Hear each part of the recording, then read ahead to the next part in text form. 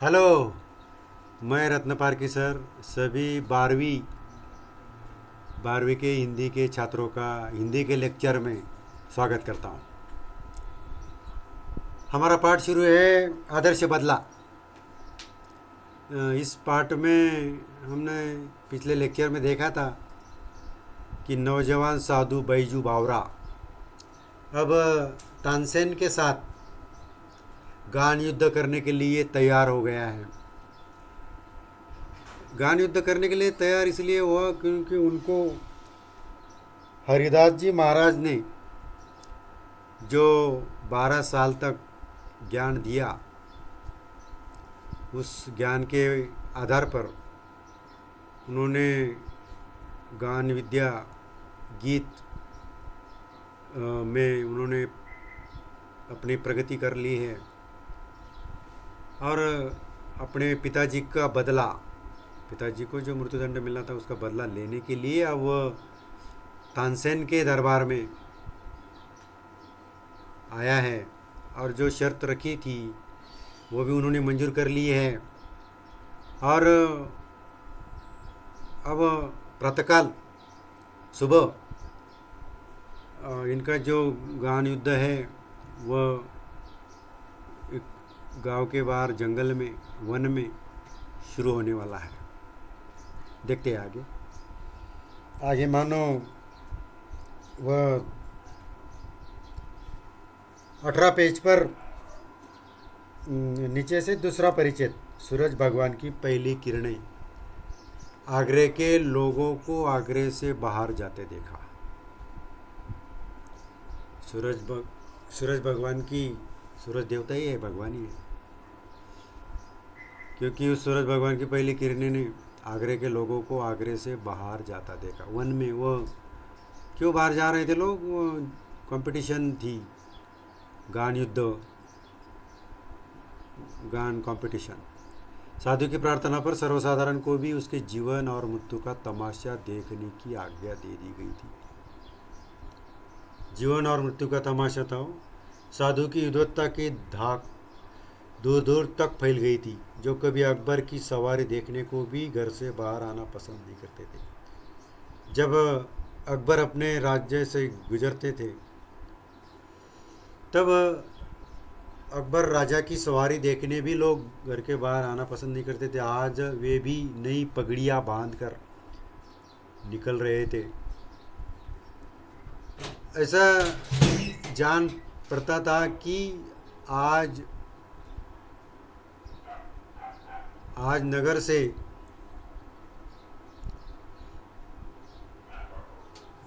आज नगर से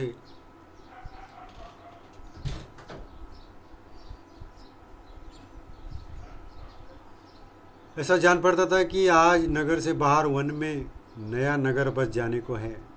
वहाँ जहाँ कनातें लगी थी, कनाते पर्दे लगे थे, पर्दों से सब सजाया गया था।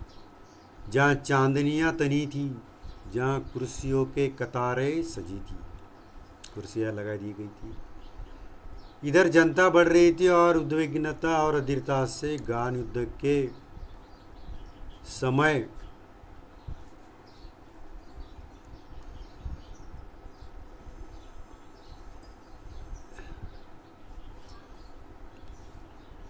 समय की प्रतीक्षा कर रही थी। बालकों को प्रातःकाल मिठाइयाँ मिलने की आशा दिलाई जाए तो वह रात को कई बार उठ उठ कर देखता है।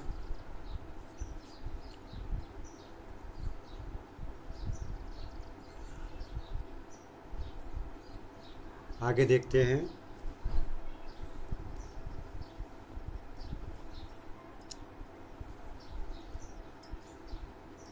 देखते हैं आगे की पंक्तियाँ। वो मैं पेज पेज आगे के पेज पर जा रहा हूँ। किताब है अपने पास तो देखते जाइए।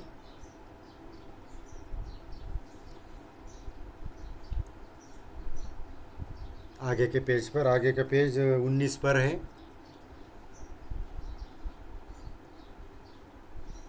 हाँ।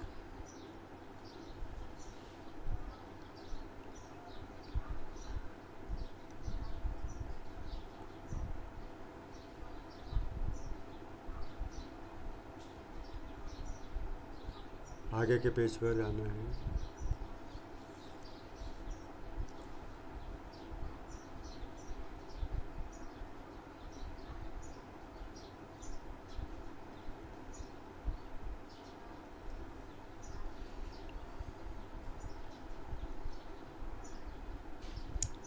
आगे देखते रहिए। वो भगवान मानो गान युद्ध के लिए सभी समूह, सभी गांव आया है।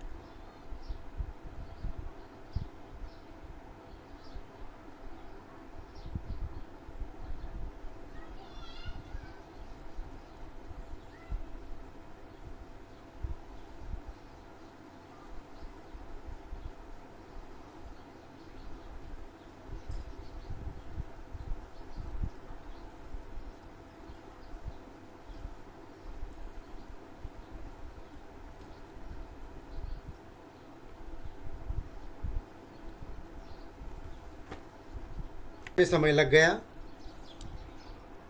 और पेज आपको भी दिखना चाहिए, समझना चाहिए ना।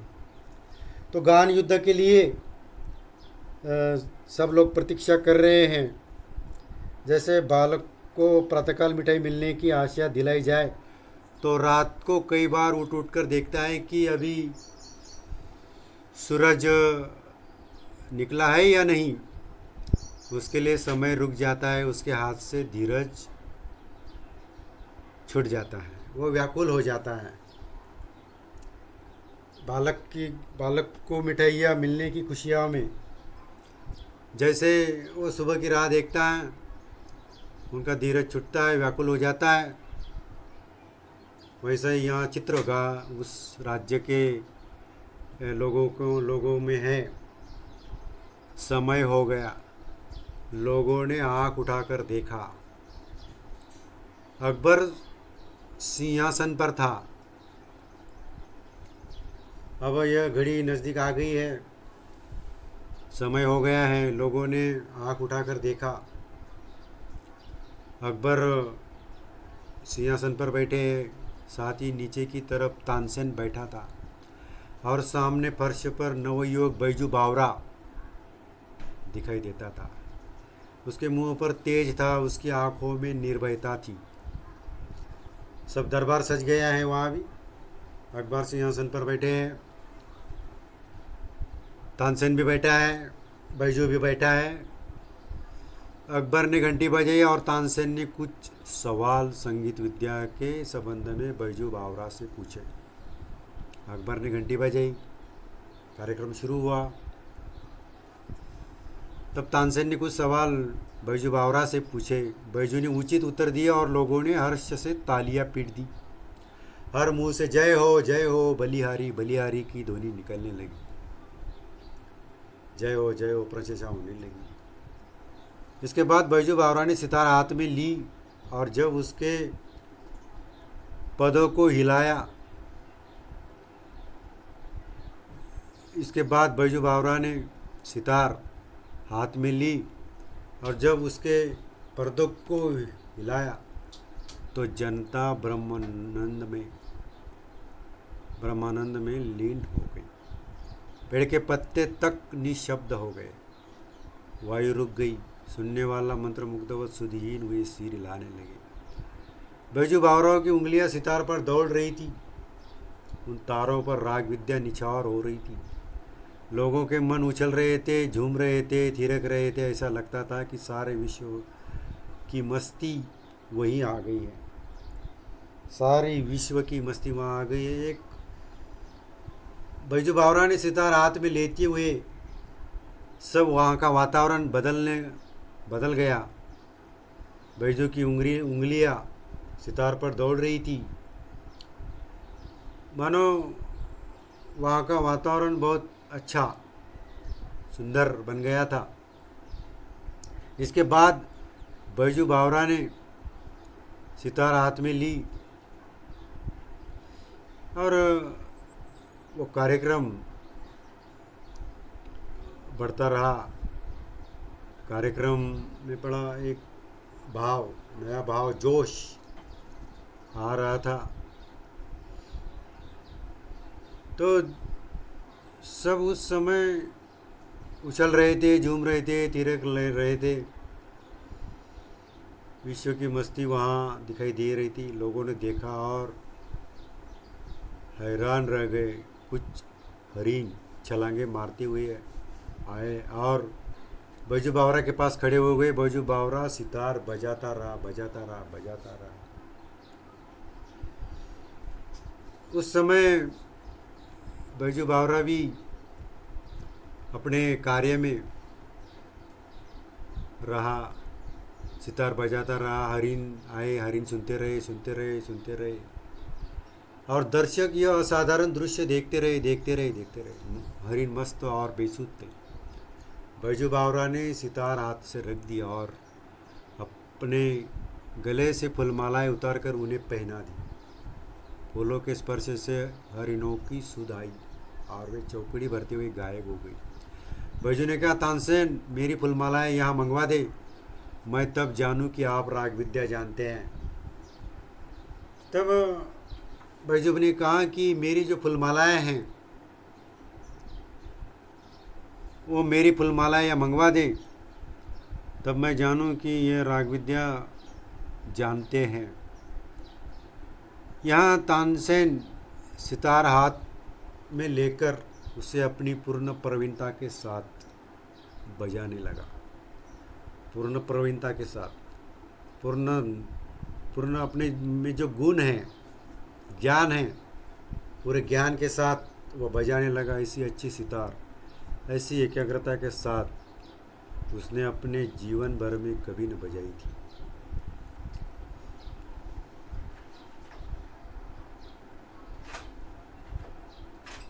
सितार के साथ वो आप सितार बन गया और पसीना पसीना हो गया। आपको अपने तन की सुधि न थी और सितार के बिना संसार में उसके लिए और कुछ न था। आज उसने वह बजाया जो कभी न बजाया था। आज उसने वह बजाया जो कभी न बजा सकता था। ये सितार की बाजी न थी, ये जीवन और मृत्यु की बाजी थी। सितार बजाना इसमें जन्म मृत्यु की, नया जीवन की बाजी थी। जो हार जाए उनको मृत्युदंड की शिक्षा थी और जो जीत जाए उनको जीवन मिलने वाला था। इसीलिए यह जीवन और मृत्यु की बाजी थी। आज तक उसने अनाड़ी देखे थे। आज उसके सामने एक उस्ताद बैठा था, कितना ऊंचा, कितना गहरा, कितना महान। आज वो अपनी पूरी कला दिखा देना चाहता था। आज वो किसी तरह भी जीतना चाहता था। आज वो किसी भी तरह जीते रहना चाहता था। आज बैजू जीतना चाहता था। आज वो किसी के सामने झुकना नहीं चाहता था। बहुत समय बीत गया, सितार बजती रही। उस पर उनकी अंगुलियां दुखने लगी। वो देखो चित्र में भी दिया है। चित्र में राजा बैठा है, तानसेन और बैजू बैठा है, हिरन भी सुनने आई हैं। चित्र देखो, वहाँ उनके दरबार के लोग भी खड़े हैं।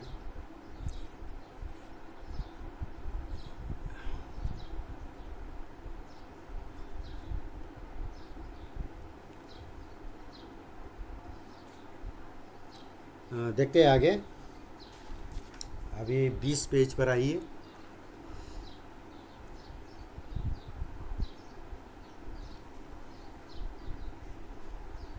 बीस पेज पर आइए।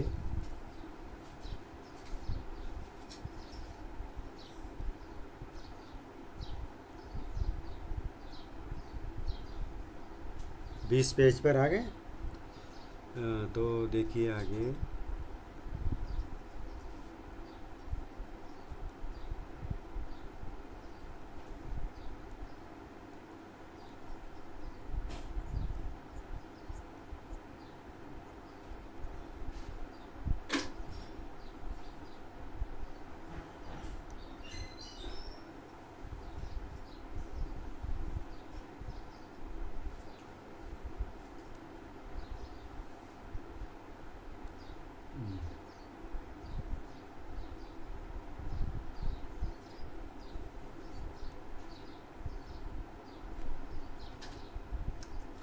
देखिए आगे।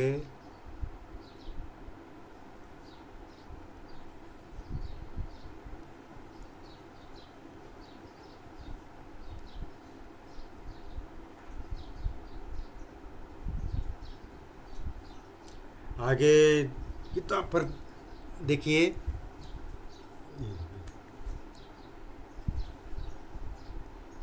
दुखने लगे, हाँ ठीक है। आगे तो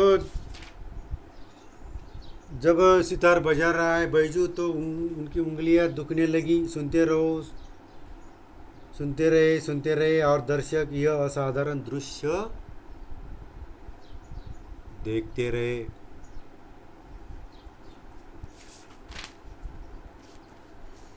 उंगलियां दुखने लगी, मगर लोगों ने आज तानसेन को पसंद न किया। लोगों ने आज बैजू को पसंद किया, तानसेन को पसंद न किया। सूरज और जुगनू का मुकाबला ही क्या। आज से पहले उन्होंने जुगनू देखे थे, आज उन्होंने सूरज देख लिया था। बहुत चेष्टा करने पर भी जब कोई हिरन न आए तो तानसेन की आंखों के सामने मौत नाचने लगी। देह पसीना पसीना हो गया, मानो तानसेन को हार सामने दिखाई दे रही थी।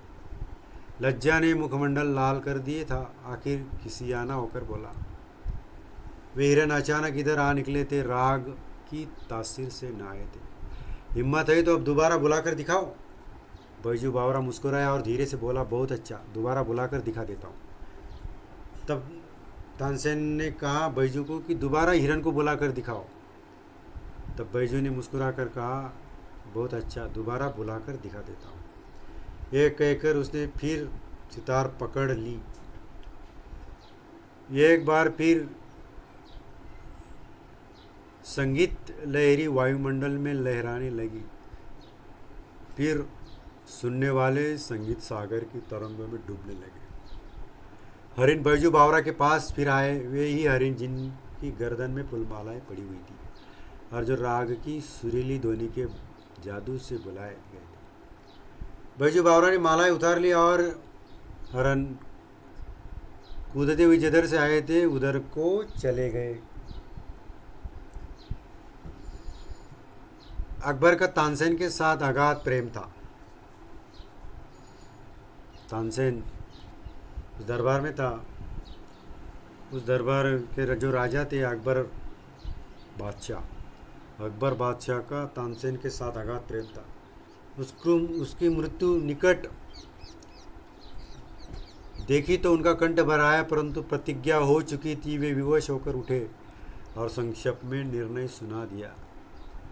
बैजू बावरा जीत गया, तानसेन हार गया। अब तानसेन की जान बैजू बावरा के हाथ में है। फैसला हो गया, बैजू बावरा जीत गया।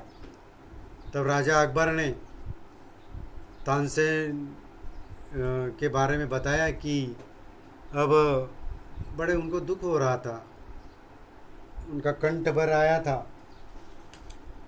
ऐसे कंठ भरे दर्दपूर्ण आवाज़ में उन्होंने कहा कि यहाँ प्रतिज्ञा हो चुकी है, निर्णय हो चुका है कि जो हार जाएगा उसकी मौत निश्चित है। बैजू बावरा जीत गया है, तानसेन हार गया है। अब तानसेन की जान बैजू बावरा के हाथ में है। और ऐसा जो फैसला है